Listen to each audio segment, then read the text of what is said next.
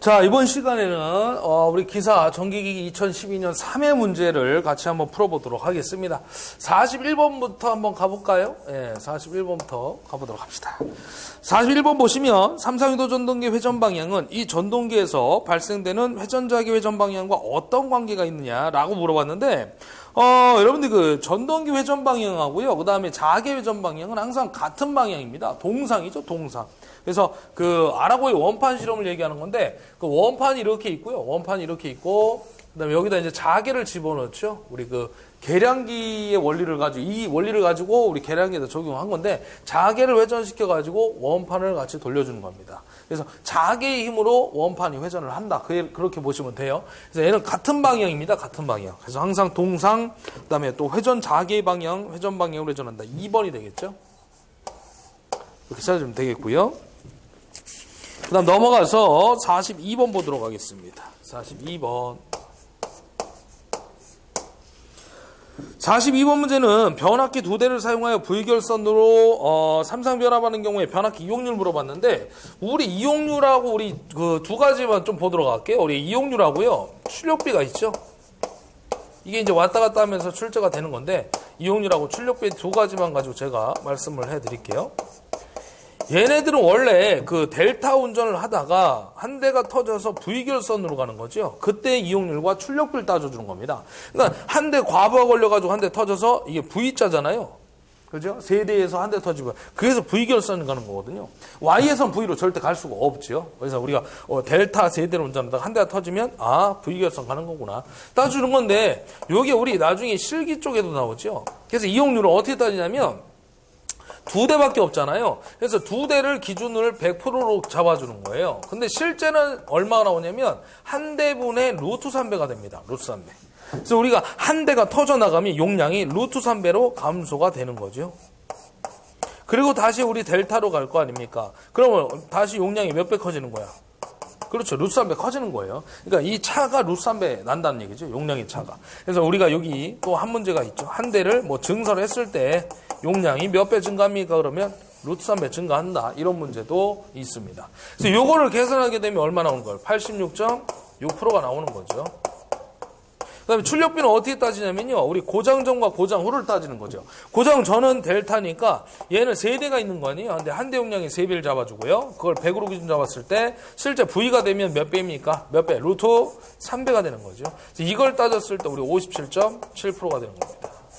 그래서 이걸 우리가 뭐 코질질하고 얘기하는 거죠. 그래서 외우는데, 지금 이용률 물어봤으니까 얘는 몇 번이에요? 86.6%, 4번에 해당이 됩니다. 자, 이거 43번 가도록 할게요. 지금 43번 같은 문제가 계속해서 출제가 되고 있어요. 앞에서부터. 토크 또 물어봤죠? 2차 저항을 2배로 했을 때 그 최대 토크는 어떻게 되느냐.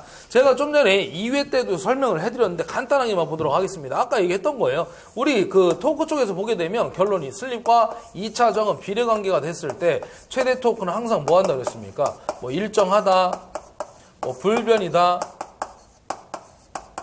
또는 뭐라 했냐, 변하지 않는다. 이렇게 제가 설명을 해드렸을 거예요. 그죠? 그래서 2차 저항이 커지면 커지는 거는 슬립인데, 2차 저항이 커지면 일정하다, 불변하다, 변하지 않는 건 누구냐 그러면 최대 토크입니다. 그럼 지금은 최대 토크를 물어봤잖아요. 그럼 어떻게 되는 거예요? 불변이 되겠죠. 그래서 답은 마찬가지 답 4번에 위치하고 있겠습니다. 그 다음에 44번 들어가도록 할게요. 이쪽에 44번 가도록 하겠습니다. 44번 보시게 되면 Y결선 변압기 2차 측에 다이오드 6개. 이거는 우리 다이오드 6개가 나오면 이건 보나마나 정류기 쪽 문제입니다. 다이오드가 결론은 교류를 직류로 바꿔주는 거거든요. 뭐 다이오드 하나면 단상 반파고 2개 이상이면 전파고, 그다음에 우리 브릿지회로 있죠. 다이오드가 이렇게 하나 둘 셋 4개 걸려 있으면 전파가 되고 뭐 이 얘기인데, 6개라는 얘기는 삼상 전파 얘기하는 거예요. 거기 또 줬죠. 삼상 전파라고. 제가 여기다 일단 써볼게요. 삼상 우리 전파 얘기입니다. 하여튼 삼상 전파일 때 정류회를 구성하고 저항 R을 걸었을 때 삼상 전파 직류전류의 평균치 I는 얼마입니까? 단위는 교류 측의 성간전압이다. 이렇게 줬는데, 우리 실제 이거를 계산해보게 되면 어떻게 되냐면요, 우리가 삼상 반파 전파 두 가지를 가지고 제가 한번 말씀을 드릴게요. 자, 우리가 여기다 잡아드릴게. 삼상 반파는 얼마가 되느냐? 제가 이걸 수치로 잡아드릴게요. 그 다음에 삼상 전파일 때 전압의 크기가 얼마가 될 것이냐. 전파가 조금 더 큽니다. 일단 반파부터 적으면 직류 전압은 1.17의 2입니다. 그 다음에 삼상 전파일 때의 직류 전압은 얘보다 좀 커요. 1.35의 2가 됩니다. 자, 여기에서 ED는 누구냐면 얘 D 옆에 C가 붙어 있는 거예요, 사실은. 생략이 된 거죠. 그럼 DC니까 누구? 이게 직류죠, 직류. 직류분해 전압. 그럼 여기에는 E는 누구예요? 얘가 바로 교류분해 전압이에요. 그 중에 우리는 무슨 값? 무조건 시료값이라고 그랬죠, 시료값. 직류는 시료값, 평균값, 최대값 있습니까? 없죠. 다 똑같죠. 직류는 일정하니까, 파형 자체가. 그래서 우리 이렇게 따져주는데, 지금은 뭘 삼상 전파 물어보고 있잖아요. 그럼 ED라는 놈은 1.35의 2, 얘를 찾으면 되는 겁니다. 얘를. 근데 지금 보니까 1.35가 없는데요, 선생님? 그렇죠? 없는데, 여러분들이 뭘 찾으면 되냐면, 지금 전류잖아요, 일단.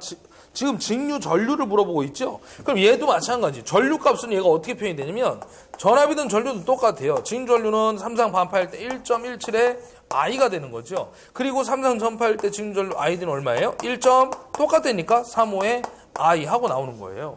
그럼 여기서 ID도 마찬가지 누굴 얘기하는 거예요? 직류 얘기하는 거예요, 직류. 그리고 여기서 I는 누굽니까? 얘도 마찬가지. 교류의 시료값을 얘기하는 겁니다. 우리 교류는 다 시료값을 쓰니까. 예. 그러면 결론은 누구 찾으면 거야? 정확히 얘기하면 요걸 찾는 거죠. 1.35 나오는 I값. 그럼 요거를 갖다가 어떻게 하면 되냐면요. 우리가 지금 분수로 나와 있잖아요. 우리 그 답을 일단 찾게 되면 1번인데 2파이분의 6루트 2 있죠. 6루트 2. 그리고 여기 보면 R분의 2라고 돼 있습니다. 그럼 여기 R분의 2는 요 2라는 놈은 누구라고 했어요? 교류 측의 성간전압이라고 했잖아요. 그러니까 요 I가 교류니까 I는 R분의 2가 되는 거죠. 무슨 법칙에 의해서? 오메 법칙에 의해서. 그래서 I는 R분의 2가 되는 거. 이게 결론은 I가 되는 거죠. I가 되는 겁니다. 그럼 요 앞에 있는 놈이 1.35가 나온다는 얘기겠지, 제 얘기는. 그래서 6루트 2를 2파이로 나누면 1.35가 나옵니다. 그래서 여러분들이 이걸 분수를 외울 필요가 없고요. 이 숫자만 외우면 돼요. 1.17, 1.35. 그랬을 때 보기를 보고 눌러가지고 1.35가 나오면 그게 답이 되겠죠. 그래서 여기서 답은 몇 번이란 얘기예요? 1번이란 얘기입니다. 1번. 근데 만약에 여기서도 어떤 제어각, 점호각이라는 게 있어요. 그 각도를 주면 여기에다 코사인 알파를 곱해주는 겁니다. 삼상 반파일 때는 ED는 1.17에다 코사인 알파, 삼상 전파일 때 ED는 1.35E에다 코사인 알파. 계산 문제가 있죠. 계산 문제가. 그 계산 문제는 얘가 출제된 적이 있어요. 한 2번 정도인가? 네. 어쨌든 제어각, 점호각 주면 코사인 알파를 곱해주면 된다. 그 얘기입니다. 자, 계속해서 45번 들어가도록 할게요. 45번. 자, 200kV 단상 변압기가 있다. 철선이 1.6kW, 전부하 동선이 3.2kW이다. 이 변압기의 최고율은 어느 정도의 전부하에서 생기는가 하고 물어봤는데, 이 조건은요, 우리가 이런 걸 따져봐야 돼요. 원래 변압기 효율 공식을 거기서부터 이제 출발이 되는데, 보게 되면 우리 공식이 출력 플러스 손실분의 출력이잖아요. 그래서 출력, 플러스 손실은 두 가지가 있죠. 철선과 동선이 있습니다. 그리고 출력 곱하기 100이 되겠죠. 이때 여기서 이제 얘기하는 전체 손실은 이 두 가지밖에 없어요. 그러면 우리 전 손실은 어떻게 따집니까? 라고 했을 때 당연히 어떻게 따지는 거예요? PI 플러스 PC가 된다는 얘기죠. 전체 손실은. 근데 원래 우리 동선의 크기는 얼마냐면 I제곱이 R이거든요. 그러니까 전부하 상태는 부하가 100% 걸려 있으니까 부하 전류가 실제 100% 1이라는 얘기죠. 1. 그러니까 1의 제곱이에요. 근데 만약에 부하가 반만 걸려 있다 그러면 2분의 1이 되는 거죠. 뭐 3분의 1에 걸려 있다 그러면 3분의 1. 근데 실제로 제곱에 비례하니까 동선이 2분의 1 제곱, 3분의 1 제곱, 4분의 1 제곱 이런 식으로 나가는 겁니다. 자, 그러면 만약에 n분의 1 부하시라면 어떻게 될까요? n분의 1 부하시. 그러면 철선은 고정선이니까 절대 안 변해요. 철소는 우리 철심의 크기가 있으면 그 크기만큼 손실이 발생되기 때문에 얘는 절대 변하지 않죠. 그리고 동선이 변하는데 얼마만큼 변하냐? 전류의 제곱에 비례한다고 그랬잖아요. 그러면 아까도 얘기했지만 2분의 1 걸면 2분의 1 제곱, 3분의 1, 3분의 1 제곱, n분의 1 걸었으니까 얼마예요? n분의 1의 그렇죠. 제곱이 된다는 얘기죠. 그때 최대율 조건은 어떻게 됩니까? 라고 물어보면 PI란 놈은 PC에다가 n분의 1의 제곱이 됩니다. 이렇게 쓸 수가 있죠. 그럼 얘를 넘기게 되면 n분의 1이란 제곱이란 놈은 어떻게 됩니까? 라고 하면 PC분의 PI로 쓸 수가 있다. 그 얘기입니다. 문제 조건에서 이런 문제도 있어요. 기출문제에 4분의 3 부하를 걸었을 때 철성과 동선의 B는 몇 대 몇입니까? 라고 물어보는 문제가 있죠. 그러면 4분의 3이라는 얘기는 얼마란 얘기예요? 여기다 제곱을 때려야 되는 거 아닙니까? 그럼 얼마 나옵니까? 16분의 9가 나오죠. 16분의 9 이렇게요. 그러면 철선과 동선의 B는 몇 대 몇이라고 해야 돼요? 그렇죠. 위에 있는 게 철선이니까 9대 동선, 밑에 있는 건 16, 9대 16이 되는 거죠. 9대 16 이런 문제도 있죠. 어쨌든 여기에서 제곱을 또 넘겨봐봐요. 그러면 n분의 1 부하 시에 뭘 구할 수 있는 효율을 구할 수가 있겠죠. 그럼 루트에다가 뭡니까? PC분의 PI가 되는 거죠. 지금 푸는 문제가 요 공식 가지고 푸는 거예요. 지금 문제가 요거 가지고 푸는 거죠. 요거 가지고 이렇게 해서 유도가 원래 되는 건데, 자, 요 공식만 여러분들 일단 잡아가지고 문제풀이 한번 보도록 할게요. 다시 여기다 적어드릴게요. 자, n분의 1 부하 시 효율이란 값은 로트에다가 PC분의 PI가 됩니다. 이게 뭘 의미하는 건지 제가 보여드릴게요. 로트에다가 구해봐야 이제. 동선이 지금 얼마냐면 전바 동선에 3.2kW를 줬고요. 단위는 똑같으니까 환산할 필요는 없어요. 그리고 1.6을 줬죠. 여기에 곱하기 100을 하면 답이 나옵니다. 그래서 요거 구하면 퍼센트는 아니니까 루트 2분의 1이죠. 구하면 예. 자, 2가 어차피 루트, 이게 그 2분의 1인데 어차피 전체 그 하면 1은, 루트 1은 그냥 1이랑 똑같은 거거든요. 그래서 루트 2분의 1 하고 나오는데 답은 일단 3번이에요. 그럼 이게 무슨 얘기냐면 그 n분의 1 부하시 효율값을 따지는 건데 실제 200kV에 대해서 요만큼만 실제 부하를 걸고 운전을 했을 때 최대 효율로 운전이 되더란 얘기입니다. 제가 뭐 극단적으로 얘기하면 만약에 얘가 루트 2분의 1이 아니라 2분의 1 나왔어요. 그러면 2분의 1이 나오면 만약이란 얘기입니다. 만약 예를 들어서 이게 2분의 1이 나왔다 그러면 200kV 용량을 다 쓰지 말고 절반만 2분의 1에 대해서 운전을 했을 때 100kW, 100kV죠, 100kV. 요만큼만 부하에 실제 걸어서 운전했을 때 손실이 최소가 되고 효율이 최대가 된다 그 얘기입니다. 그걸 따질 때 요 얘기를 하는 거예요. n분의 1 부하시의 효율을 따지는 겁니다. 이게 철선과 동선의 크기가 다를 때. 얘는 1.6이가 3.2잖아요. 그때 따지는 거죠. 그때. 원래 우리는 최대율 조건이 뭐예요? 요놈하고 요놈의 크기가 같을 때 최대율이라고 얘기했잖아요. 100%. 근데 지금은 크기가 다르죠. 그때 따져보자는 얘기죠. 그때 얼마만큼 부하를 걸고 운전했을 때 손실이 최소가 되고 효율이 최대가 되느냐. 그걸 따지는 공식이 되겠습니다. 그래서 변압기 최고 효율은 어느 정도 전부하에서 생기느냐. 루트 2분의 이렇게 따진다는 얘기죠. 그래서 이해를 하셨으면 요거 이렇게 해서 잡아주시면 돼요. 이것도 잘 나오는 문제 중에 하나예요. 특히 요 공식. 잘 보시기 바랍니다. 자, 46번 보도록 하겠습니다. 돌극형 동기발전기 특성이 아닌 거 물어봤는데, 우리 봐봐요. 우리 그 돌극기하고 비돌극기 차이점, 앞에서 제가 설명했지만, 차이점 보도록 합시다. 제가 다 정리해 드릴 수는 없고요. 우리 부하각이란 것만 잡아 드리도록 할게요.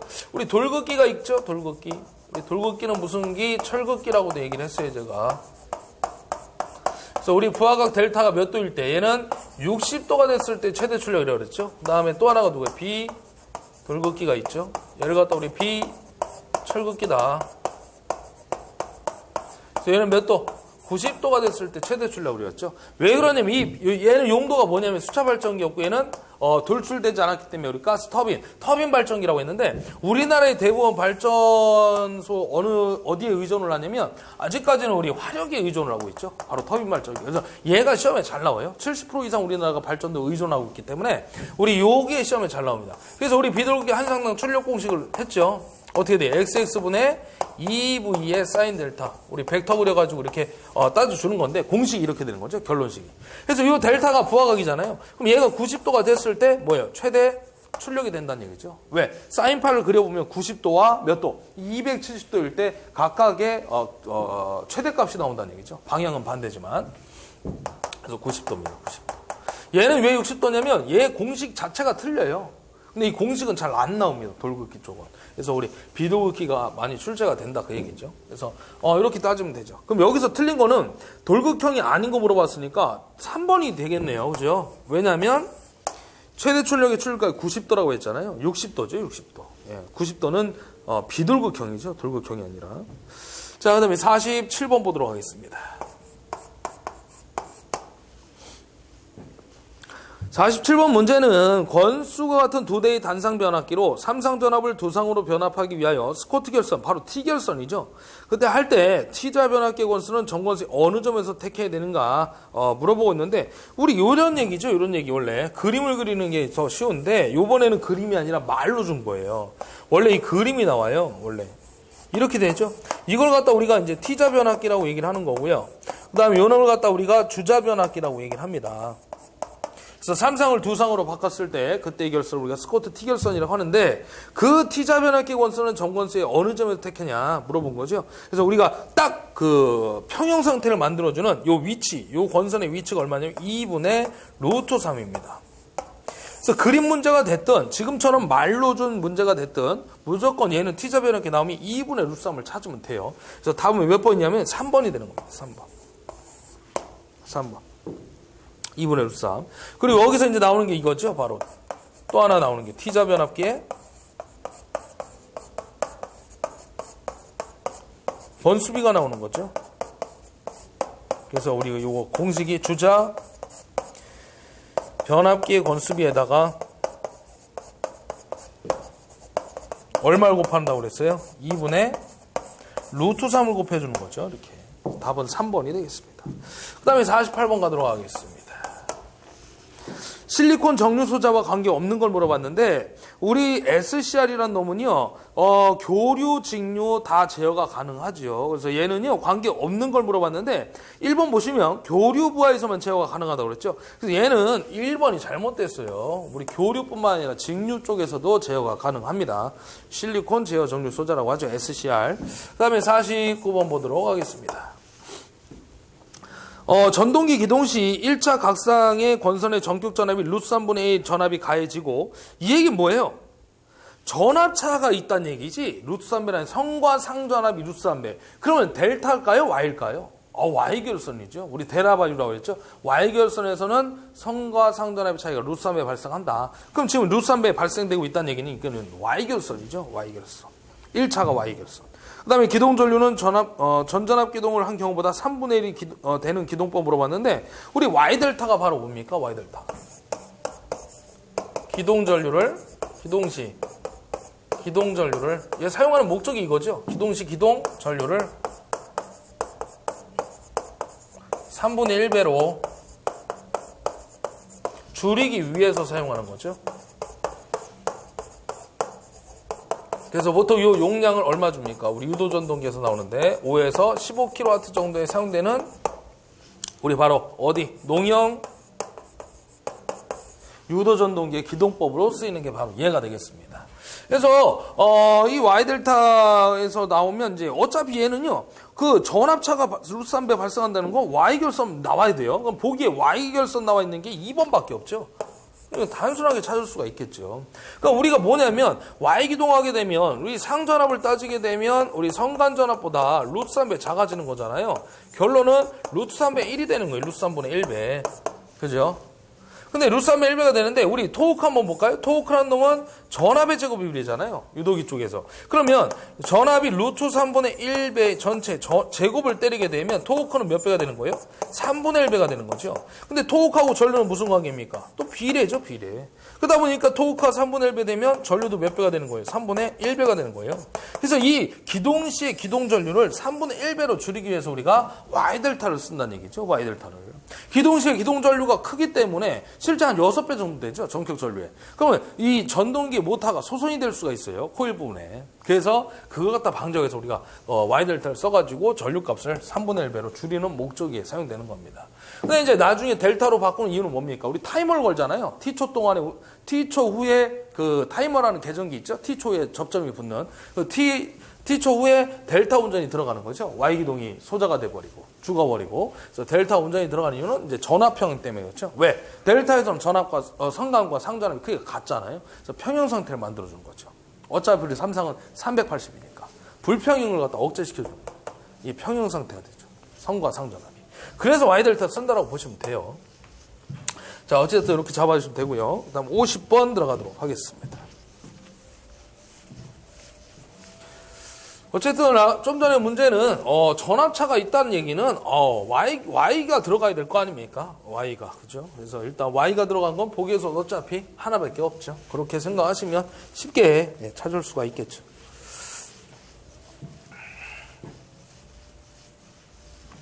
자, 계속해서 보도록 할게요. 자, 넘어가서 50번 할 차례인가요? 예, 49번까지 했고 50번 한번 또 보도록 하겠습니다. 자, 우리 50번 문제를 보시게 되면 다음 중 DC 서브모터 제어 기능에 속하지 않는 거 물어봤는데 우리 그 전류 위치 속도 맞아요. 근데 역률은 DC 서브모터 역률 제어 기능은 없죠. 이건 1번이죠, 1번. 우리 역률하고는 우리 그 아무래도 AC가 들어가야죠. 교류 쪽에서 나오는 거죠, 역률. 그래서 이제 그렇게 상식적으로 생각해도 1번은 답이 될 수가 없겠습니다. 그다음 51번. 동기발전기 회전자 둘레를 2배로 하면 회전자 주변 속도는 몇 배가 됩니까? 물어봤는데 우리 그 동기기 쪽에 직류기와 동기기 쪽에서 그 자개가 회전할 때 속도 공식이 나오죠. 직류기에서 속도 공식은 어떻게 되는 거예요? 원래 파이 d n인데 우리가 분당으로 가니까 파이 d 60분의 n으로 이제 표현을 하는 거죠. 그리고 동기기 쪽에서는 V는 어떻게 됩니까? 파이 d 60분의 n이 아니라 n에다가 뭐 붙여요? s를 붙이는 거죠. 동기 속도. 그 NS는 P분의 120F 아닙니까? P분의 120F. 여기다 적어드리면 NS는 P분의 120F구나. 이렇게 되는 거죠. 그래서 직류기와 동기기의 차이점은 뭡니까? 여기 S가 없으면 직류기, 있으면 동기기. 이렇게 되는 거죠. 예. 그래서 이 NS 값은 동기 속도에 의해서 구해가지고 집어넣는 거죠.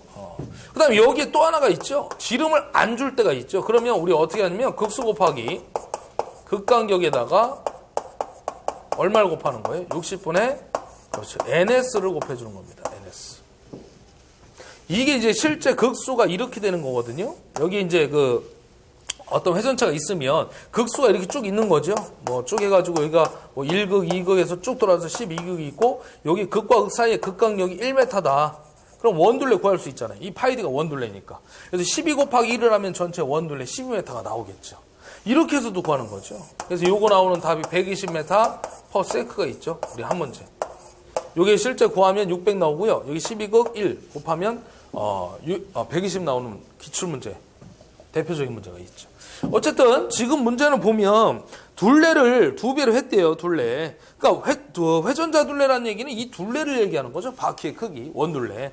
그러면 얘가 2배가 됐다는 얘기잖아. 얘가. 그럼 얘가 2배가 되면 속도도 몇 배가 되는 거예요? 비례니까. 그렇죠. 2배가 되는 거죠. 그럼 답 몇 번에 있습니까? 2번에 있겠네. 2번에. 이 얘기입니다. 그 다음 52번 갈게요. 자, 어떤 수차용 교류발전기 단락비가 1점입니다. 단락비를 갖다가 KS라고 하고 1.2라고 했죠. 우리 동기기 쪽에서 나오는 얘기고요. 그 다음에 퍼센트 동기 임피던스니까 퍼센트 Z S를 물어보고 있죠. 우리 그 단락비 쪽에서 나오는 게 동기 임피던스 공식이 있는데, 자, 다시 한번 적어 드릴게요. 우리 단락비 KS분의 1이 있고요. 또 하나가 뭡니까? 용량이 주었을 때 V제곱분의 PZS라고 그랬죠. 그 다음에 세 번째가 공식만 나오는데 V분의 뭡니까? 루트 3의 IN의 ZS가 있고요. 마지막 네 번째 공식이 단락줄로 나오는 공식 있죠. IS분의 IN. 이렇게 되겠죠. 그럼 지금 얘는 아주 간단하죠. 우리가 이게 가장 쉬운 문제 중에 하나입니다. 이 동기 임피던스 공식 네 가지 중에서. 그러면 얘 주고 얘 물어봤으니까 그대로 가면 되잖아요. 1.2분의 1이니까 요거 가면 0.83 나오죠. 자, 그래서 답은 4번이 되겠습니다. 100을 곱하면 이제 83%가 된다. 그 얘기고. 네, 그렇습니다. 그 다음 53번 가도록 하죠. 삼상유도 전동기 특성에서 비례추이하지 않는 거. 우리가 시험 문제는요. 이 비례추이에서 비례추이 할 수 없는 게 나와요. 우리 삼상유도 전동기에서. 그래서 우리 비례추이는 어디에 적용됩니까? 그러면 어디에 적용된다고 했어요? 삼상 권선형 유도전동기에 적용이 된다고 그랬죠? 삼상 권선형 유도전동기. 여기에 적용이 되는 것이다. 그래서 우리가 슬립과 그 2차전의 관계에서 나오는데 시험 문제는요. 비례추이 할 수 없는 게 나옵니다. 있는 게 안 나와요. 없는 것은 하고 물어볼 거야. 그래서 제가 여기다가요. 답을 갖다 몇 가지 정리해 드릴게요. 이 답만 외우면 됩니다. 그래서 첫 번째 누구냐면 출력. 그 다음에 효율. 그 다음에 2차 동선. 또 하나가 누구냐면 동기속도입니다. 원래 저항도 있는데 일단 요 정도만 여러분들이 좀 보고 가시면 돼요. 출력, 효율, 2차 동선, 동기속도도 하나 더 여러분들이 알고 가시면 됩니다. 해설해 보면 없는데 이거 추가적으로 알아두셔야 돼요. 그래서 이게 답이에요, 무조건. 그래서 지금 보면 비례추이하지 않는 거 물어봤죠? 그래서 출력 1번에 답이 되겠습니다. 1번. 원래 여기 들어가면 저항도 있죠. 예. 그러니까 뭐냐면 얘네들은 동기속도 속도가 일정하잖아요. 그러니까 변하지 않는다는 얘기예요. 쉽게 얘기하면. 예. 자, 54번 보도록 하죠. 이렇게 이해를 하십니다. 자, 54번 보시면 권선형 유도전동기의 전부와 운전 시 슬립이 4%래요. 자, 일단 슬립을 갖다가 4%죠. 유도기 문제네요. 그런 다음에 2차 전격 전압을 150V 줬습니다. 전격 전압. 그때 2차 유도기 전력이 얼마니? 2차 전격 전압이 150, 2차 유도기 전력. 이건 뭐냐면 정지시와 회전시의 전압을 물어본 건데 정확하게 안 주고 이런 식으로 2차 전압과 2차 유도기 전력을 물어본 거죠. 그래서 2차 유도기 전력 누구 물어본 거냐면 SE2 물어본 거예요. E2S 물어본 거죠. E2S. 그래서 슬립 공식 쓰게 되면 우리 네 가지가 있다고 그랬잖아요. 항상. 뭡니까? NS분의 NS-N이 있고요. E2분의 E2S가 있고요. 세 번째가 주파수 F2분의 F2S가 있고요. 마지막 네 번째 동선이 주어지는 거 P2분의 P2, C가 있다고 그랬죠. 그래서 지금은 전압 가지고 따지면 이거 가지고 따지자는 얘기죠. 이거 가지고. 원래 이 밑에 있는 놈들을 우리가 뭐라고 하냐면 정지시라고 얘기하죠. 정지시. 그 다음에 위에 있는 놈들 우리가 뭐라고 하는 거예요? 위에 있는 놈들. 우리가 회전시라고 얘기를 하죠. 회전시. 이렇게 얘기하고. 자, 그런데 지금은 정지시 전압이 얼마고 회전시 전압이 얼마입니까? 이렇게 원래 물어보는데 그렇게 물어본 게 아니고요. 지금은 E2S 해가지고 2차 유도기 전력이 얼마냐고 물어봤죠. 그래서 이거는 두 개 곱하면 답이에요, 결론은. 그래서 E2S는 S의 E2가 되겠죠. 그래서 S가 0.04고요. 그 다음에 E2가 150. 그래서 이거 구하면 6V 나오겠네요. 그래서 답은 4번이 되겠습니다. 이러면 숫자가 두 개 있잖아요. 숫자 두 개 있으면 무조건 곱하거나 나눠보면 돼요. 곱하거나 나눠보면. 그럼 답 나올 거 아닙니까? 단, 나누기는 두 번 해봐야 되죠. 이 새끼 일로 보내고, 이 새끼 일로 보내가지고. 나누기는 두 번 해봐야지. 곱하기는 뭐 좌우 바꿔도 교환 법칙에도 똑같이 나오지 않습니까? 뭐 2 곱하기 1 곱하기 2 똑같이. 나누기는 두 번 해봐야죠. 그래서 어쨌든 이렇게 해서 나오면 보기에 나오는 놈이 답이겠지. 얘밖에 없잖아요, 얘밖에. 나누기는 하면 안 나오잖아요, 답이. 이렇게 해서 해결을 하시면 될 것 같아요. 원래는 정지시와 회전시 이렇게 나옵니다. 운전시 또는 회전시가 운전시죠. 회전시가 운전시 이렇게 나오는데 지금은 유도기 전력으로 이렇게 표현을 해놨네요. 그 회전시기 전력이 유도기 전력이 되겠죠. 나오는 이제 출력값이 최종값이 되는 겁니다. 55번 들어가도록 하겠습니다. 자, 55번은 단자 전압이 220이고요. 전기자 전류가 30A 그러는 직권전동기에다 밑줄 그셔야 되겠네. 회전수가 500rpm이랍니다. 근데 전기자 전류가 20A를 해봤대요. 변한 거죠, 전류값. 그때 회전수가 얼마냐고 물어봤습니다. 우리 직권전동기 한번 볼까요? 직류기 문제인데 직류기의 직권전동기입니다. 우리 직권전동기는 뭐예요? 계자와 전기자가 직렬로 연결되어 있다고 그랬죠? 그래서 첫 번째 뭐 쓰냐면 공식 한번 써볼까요? 전류가 일정하다. 그래서 IA는 IS와 같고 I와 같고 자속 파이도 같다 그랬죠. 그 다음에 두 번째는 뭐예요? 기전력은 V 플러스 전동기라고 그랬나요? 네, 전동기. 그럼 V 마이너스가 되겠죠. IA에 합성장은 무조건 두 개를 더해야 되니까 이렇게 들어갑니다. 그래서 합성저항도 마찬가지죠. 직렬일 때는 더하고 병렬일 때는 합분의 곱하고 들어갑니다. 마이너스는 없어요, 절대. 단지 발전기일 때 했을 때 플러스고 전동기면 마이너스가 된다는 얘기지 합성저항은 마이너스로 구하는 길은 없죠. 더하기 아니면 합분의 곱이니까. 자, 요거 가지고 우리가 따져봐야 되는데 여기에 우리가 또 쓸 수 있는 공식이 이거죠. K파이야. 비례식 써서 푸는 거예요, 사실은. 자, 그럼 이거 한번 구해보죠, 일단. 일단은 30A일 때의 기전력 구하고요. 20A일 때의 기전력을 구하는 거예요. 그래서 회전수를 따지는 겁니다.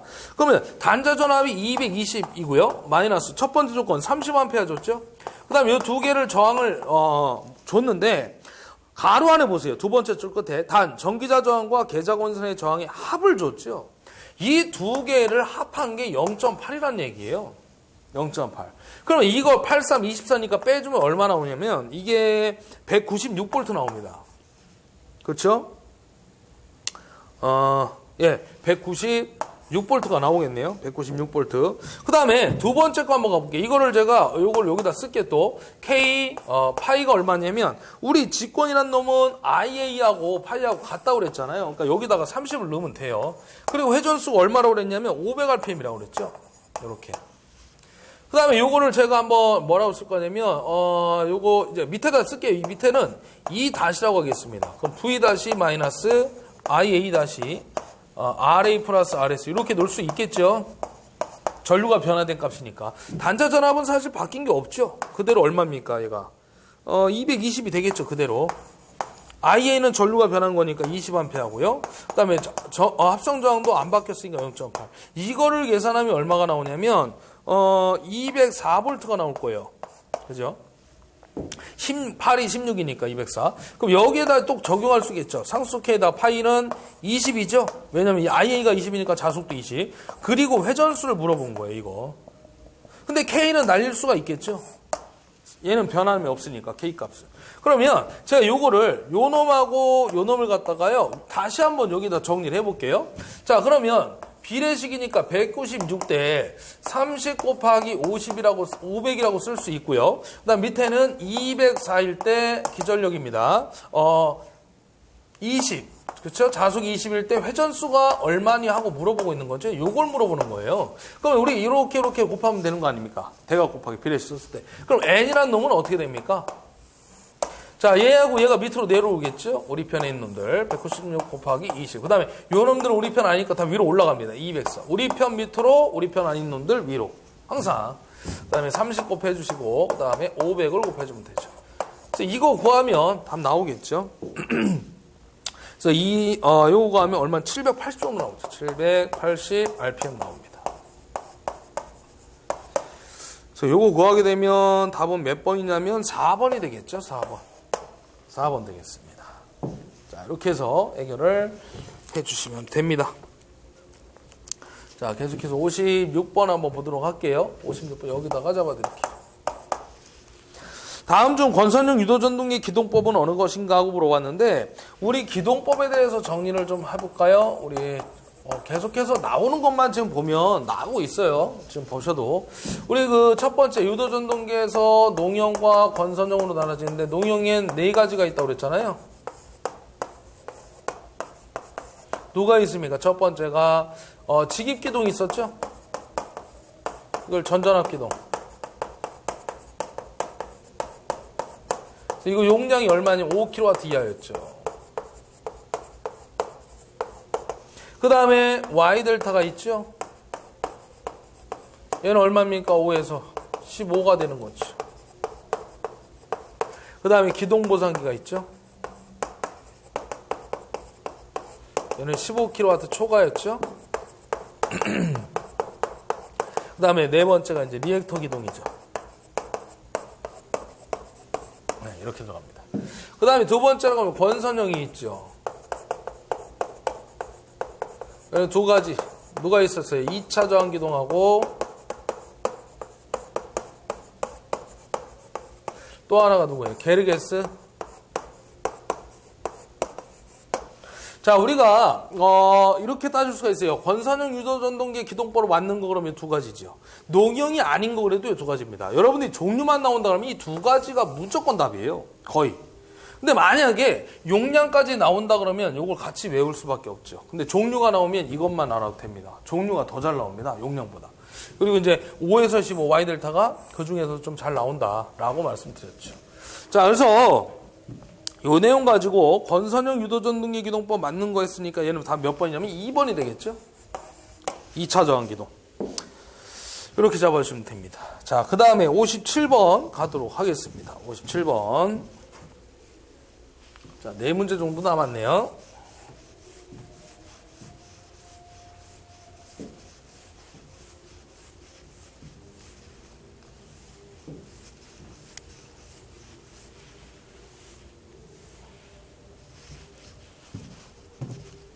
자, 여기서 풀어보죠. 57번 문제.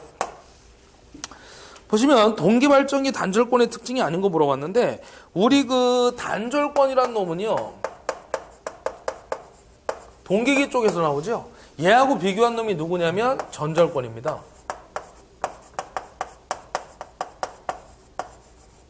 이거를 안 쓰는 거죠. 얘를 쓰는 거지. 왜 그러냐면 우리 특징 관계에서 보게 되면 두 가지가 나오죠. 얘는 짧게 감은 거예요. 그러다 보니까 뭐가 감소하는 겁니까? 동량이 감소하죠. 전절권에 비해서. 짧게 감았으니까 말 그대로 동량이 감소한다는 얘기입니다. 코일. 그래서 권선이 절약된다. 이렇게도 나올 수 있죠. 같은 얘기죠. 결론은 L값이 감소가 되는 거죠. L값이. 그래서 우리 교류분에 포함되어 있는 고조파를 두 번째 특징이죠. 제거하여 전압의 파형을, 기전력의 파형을 뭐 하는 거예요? 개선시키는 거예요. 근데 얘 하나의 단점이 있습니다. 단점. 얘 단점이 뭐냐면 유기기전력이 전절권에 비해서 감소입니다. 왜 그러냐면요, 이 전절권은 슬롯, 매금 매상당 슬롯 하나에다가 실적으로 뭐 두 개의 덩어리가 있다. 코일 두 덩어리. 그럼 여기 두 덩어리 다 감는 거예요. 근데 이제 단절권은 이게 아니라 이 코일을 갖다 간격을 이렇게 감는 거죠. 전체적으로 다. 극간격과 코일 간격이 같도록. 근데 단절권은 어떻게 감냐면 실제로 이렇게 감죠? 짧게 감는 거예요. 극간격보다 코일 간격 이렇게 짧게 감아주는 겁니다. 그래서 이 부분을 갖다 우리가 베타의 크기라고 하거든요. 극간격분의 코일 간격. 그래서 얘는 뭐라고 해야 되냐면 아닌 거 물어봤잖아요. 그래서 1번 보시면 고조파 제거의 기전력이 파형이 좋아진다. 맞죠? 고조파 제거하여 전압의 파형을 개선시킨다. 맞고요. 코일 단위 짧게 되면 재료가 절로 맞죠? 동량 감소 권선이 절약된다. 짧게 감다 그랬잖아요. 그 다음에 코일 간격이 극간격이 적다. 짧게 감다 보니까 그 코일 간격이 극간격에 비해서 이만큼 짧아지는 거죠. 이게 코일 간격이 이게 극간격이거든요. 이만큼 짧아져. 맞는 얘기. 답은 3번이 틀렸다는 얘기죠. 아닌 거. 왜? 전절권 및 합성 유기전력이 증가가 아니라 감소하죠. 감소. 유기전력 감소합니다. 왜? 짧게 감았으니까 당연히 얘에 비해서는 전체적으로 감은 것보다 기전력이 감소될 거 아닙니까? 자속이 그만큼 감소가 되니까. 그죠? 동량이 감소되면서. 그래서 요게 감소한다라고 해야 돼요. 증가가 아닙니다. 자, 그다음 58번 보도록 하겠습니다. 또 나왔네요. 그죠? 우리가 앞에서 계속 2014년도부터 풀고 있는데 또 나왔네요. 자화전류 물어봤잖아요. 우리 땡칠이가 답이라고 그랬죠? 땡칠이가. 그래서 요거 제가 유도과정 다 앞에서 설명했는데 제가 요거 결론만 잡아드릴게요. 다 필요 없고요. 요걸 갖다 우리가 자화전류 하거든요. 자화전류. 앞쪽에서 나온 거 보면 다 제가 유도까지 해드렸는데 이 자화전류 먼저 자속을 만드는 전류라고 그랬죠. 요거 하나 추가적으로 단답형 나오니까 잡으시면 돼요. 자속을 우리 만드는 전류를 우리 자화전류라고 얘기를 합니다. 그래서 요 공식이 어떻게 되냐면 루트에다가 무부하 전류 I0의 제곱 마이너스 V1분의 철선의 와트 PI의 제곱 이렇게 잡아주는 거죠. 여러분 이것만 하시면 돼요. 요 I0를 우리가 무부하 전류라고 하죠. 예전에는 땡치가 답이었는데 숫자가 계속해서 바뀌어 나오고 있으니까 요것만 좀 외우자 우리가 잘 나오는 기도 하고요. 그래서 루트에 이거 잡으면 무부하 전류가 얼마냐면 0.088이잖아요. 제곱하고 마이너스 V1이 얼마예요? V1 1차 단자 전압이 1차 전압 2200이죠. 그 다음 요 PI는 누구냐면 철선의 와트입니다. 이렇게 주죠. 단위가 철선의 와트. 그래서 요거는 얼마냐면 110이죠. 110. 그래서 요거 구하면 0.072A 땡7이다. 이렇게 기억을 해주시면 됩니다. 답은 몇 번에 있어요? 3번에 있나요? 예, 3번에 있죠. 그 다음 59번 두 문제 남았습니다. 단상 직권 정주자 전동기에 있어서 보상권의 효과를 틀린 거, 보상권선의 효과 물어봤는데, 우리 보상권선이라는 것은 전기자 반작용, 그죠? 반작용에서 나오는 건데, 뭐 역률 개선 맞고요. 전기자 기자력을 상쇄시킨다 맞고요. 그 전기자 쪽에서 나오는 자속이 있다고 그랬잖아요. 아까 우리 암페 오른나서 측에서 그걸 갖다 서로 상쇄시켜가지고 주자속만 나오는 거죠. 맞는 얘기입니다. 누설 렉턴스 감소는 맞고, 제동 효과하고는 관계가 없죠. 보상권선은. 그래서 답은 4번입니다. 우리 그 보상권선은 우리 전기자 반작용에 나오는 내용이죠. 그래서 아까도 제가 그 간단하게 설명해 드렸을 거예요. 그다음 60번 보도록 하겠습니다. 60번. 직류 발전기 병렬 운전할 때 균합 묘선이 필요한 직류기 물어봤는데, 우리 병렬 운전 조건을 한번 따져볼까요? 직류 발전기에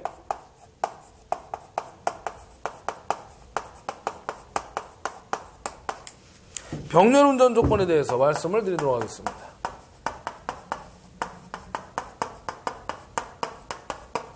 우리 무조건 조건이 아닌 거 나오면 두 가지죠. 용량, 출력. 이거는 변함이 없어요. 얘네들은 조건이 아닌 거 나오면 무조건 용량, 출력 찍어주면 됩니다. 첫 번째 누가 들어가는 거예요? 직류기니까 뭐가 일치해야 됩니까? 극성이 일치해야 되겠죠. 플라마이너스 극성이 일치해야 된다. 두 번째가 누구냐면 단자전압, 전격전압이 같아야 되죠.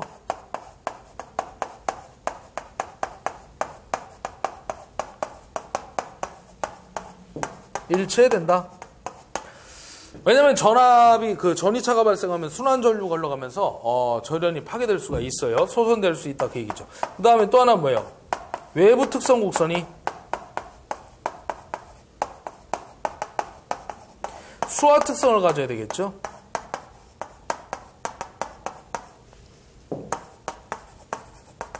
이 수화 특성이 누구냐면 바로 용접계 특성입니다. 우리 전압과 전류의 특성을 외부 특성 곡선 수화 특성이라고 하거든요. 그래서 용접계 그 비드 값을 뭡니까? 철판 두 개를 갖다 놓고 비드로 이렇게 용접기로 이제 지졌을 때 그때 비드 값이 일정하게 나와야 된다는 얘기죠. 네. 그래서 그 용접계 특성을 우리 수화 특성 이렇게 얘기를 하는 겁니다. 이때 사용되는 변압기가 누설 변압기잖아요. 누설 변압기. 그래서 나중에 이제 변압기 쪽 가면 이것도 나오죠. 누설 변압기 특징. 첫 번째, 누설 리액턴스가 크다. 그 다음에 전압 변동률이 크다. 뭐 이런 얘기들이 나오는 거죠. 그 다음에 네 번째로 가게 되면, 우리가 중권, 파권의 차이점에서도 얘기를 했었는데요. 병렬 운전을 갖다가 안정하게 운전하기 위해서 설치하는 균합선, 균합판을 갖다가 또는 균합 모선을 갖다가 우리가 설치를 합니다. 근데 얘는 아무 데나 설치하는 게 아니고요. 어디다 설치하냐면 직권과 우리 복권이 있죠. 그 발전기에다 설치를 하죠. 또는 이 복권 중에 과복권도 들어갑니다. 얘네들은 부하를 걸면요, 전압가에 의해서 이렇게 떨어져야 되는데 특성 곡선이 이렇게 위로 올라가는 놈들이에요. 부하를 걸면 전압이 상승이 돼버립니다.